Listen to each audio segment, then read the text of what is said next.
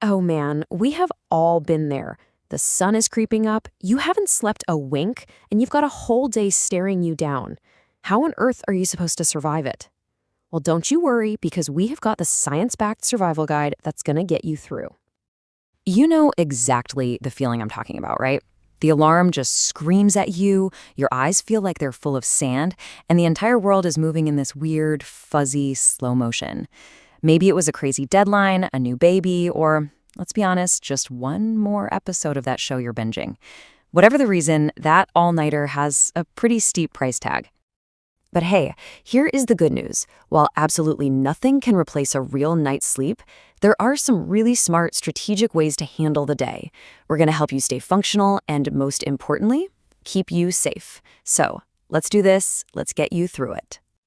So, first things first, let's take a peek at what's actually going on inside your head. Why do you feel so off? I promise, it's not just in your imagination. Your brain is basically in crisis mode. Okay, so on the left, you've got your well-rested brain. The prefrontal cortex, think of it as the CEO of your brain, is in charge making all the smart decisions. But on the right, after no sleep, that CEO has basically clocked out for the day. And at the same time, your amygdala, which is like the brain's emotional panic button, is going completely haywire. The result? You're foggy, you're irritable, and every tiny little problem feels like the end of the world. So just how impaired are we talking, really? Well, after just 24 hours of being awake, your brain is functioning at a level that's equivalent to having a blood alcohol content of 0.10%. Yeah, let that sink in for a second. In many places, that is well over the legal limit to drive. We're definitely going to circle back to this later because it is a huge, huge deal. All right, so you've managed to drag yourself out of bed. Mission accomplished, for now. So what's next? Well, your first mission is to send the right signals to your body. We've got to essentially reboot your whole system for the day ahead. Your most powerful tool is actually completely free: sunlight. Getting some bright, natural light first thing in the morning is like a shot of espresso for your internal body clock. It literally slams the brakes on melatonin, that's the sleepy hormone, and screams at your brain, hey, it's time to wake up. So seriously, just step outside for a few minutes. At the very least, throw those curtains wide open. Next up, the moment you've been waiting for, caffeine. But listen, the key here is to be strategic. Don't just down a giant mug of coffee. That is a one-way ticket to Jitter City, followed by a massive crash later. Instead, sip smaller amounts, like a small cup of coffee or tea, throughout the morning. This keeps you steady. And this part is absolutely crucial. You have to cut yourself off at least 8 hours before you plan to go to sleep tonight. Otherwise, you're just starting the whole vicious cycle all over again. Okay, let's talk about the afternoon. You know, home of that dreaded midday slump.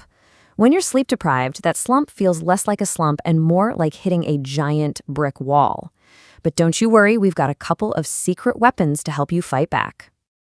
I'd like to introduce you to your new best friend, the power nap. Now, the goal here isn't to get hours of sleep back. No way. Think of it more like a quick surgical strike, a little reboot for your brain that doesn't leave you feeling all groggy and confused. The magic number is somewhere between 10 and 20 minutes. That's just long enough to get a nice cognitive boost, but short enough that you don't fall into that super deep sleep.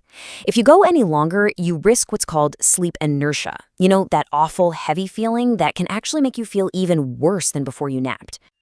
And hey, if you don't believe me, maybe you'll believe NASA.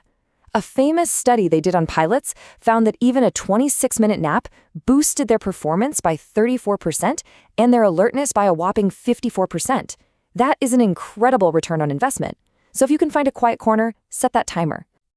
Now, your tired zombie brain is going to be screaming at you for sugar and donuts and all the simple carbs. You have to resist that urge. I know it's hard, but it's a total trap that will lead to an even bigger energy crash. Instead, try to focus on foods that give you nice, sustained energy, things like lean protein, healthy fats from nuts or avocado, and whole grains. Oh, and here's a super simple one that is so easy to forget. Hydrate. Drink water. Even being just a little bit dehydrated can make you feel way more tired and make that brain fog so much worse. So keep a water bottle with you and just sip on it all day long. You are in the home stretch. The finish line is in sight. But let's be real, this can be the absolute toughest part of the day. Here's how to get across that finish line without completely crashing and burning. I know, the last thing you feel like doing is moving your body. But a little bit of light activity can work wonders. A short walk, especially if you can get outside, gets your blood flowing and can genuinely sharpen your focus. Just remember, today is not the day to go for a personal best at the gym. Think gentle boost, not an intense, grueling workout. Okay, before we wrap this up, I have to share the single most important piece of advice for a day like today. Please listen up for this one. Hey, remember that whole 0.10% blood alcohol thing we talked about? This is where it becomes a matter of life and death. Drowsy driving is drunk driving, period. Your reaction time is slower, your judgment is shot, and your risk of getting into a serious accident goes through the roof.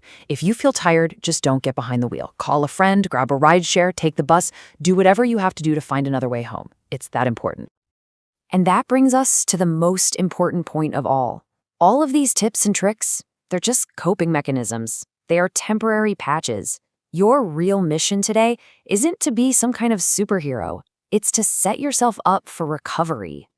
See, every hour of sleep you lose adds up to what scientists call sleep debt. And just like financial debt, it doesn't just disappear. It has to be repaid. And the only currency your body accepts is actual, real, restorative sleep over the next few nights.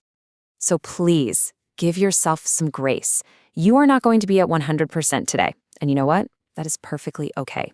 If you can, postpone any huge decisions, simplify your to-do list, and just focus on the absolute essentials. Your main goal today is just to make it to bedtime safely, so you can start the real work of getting back on track.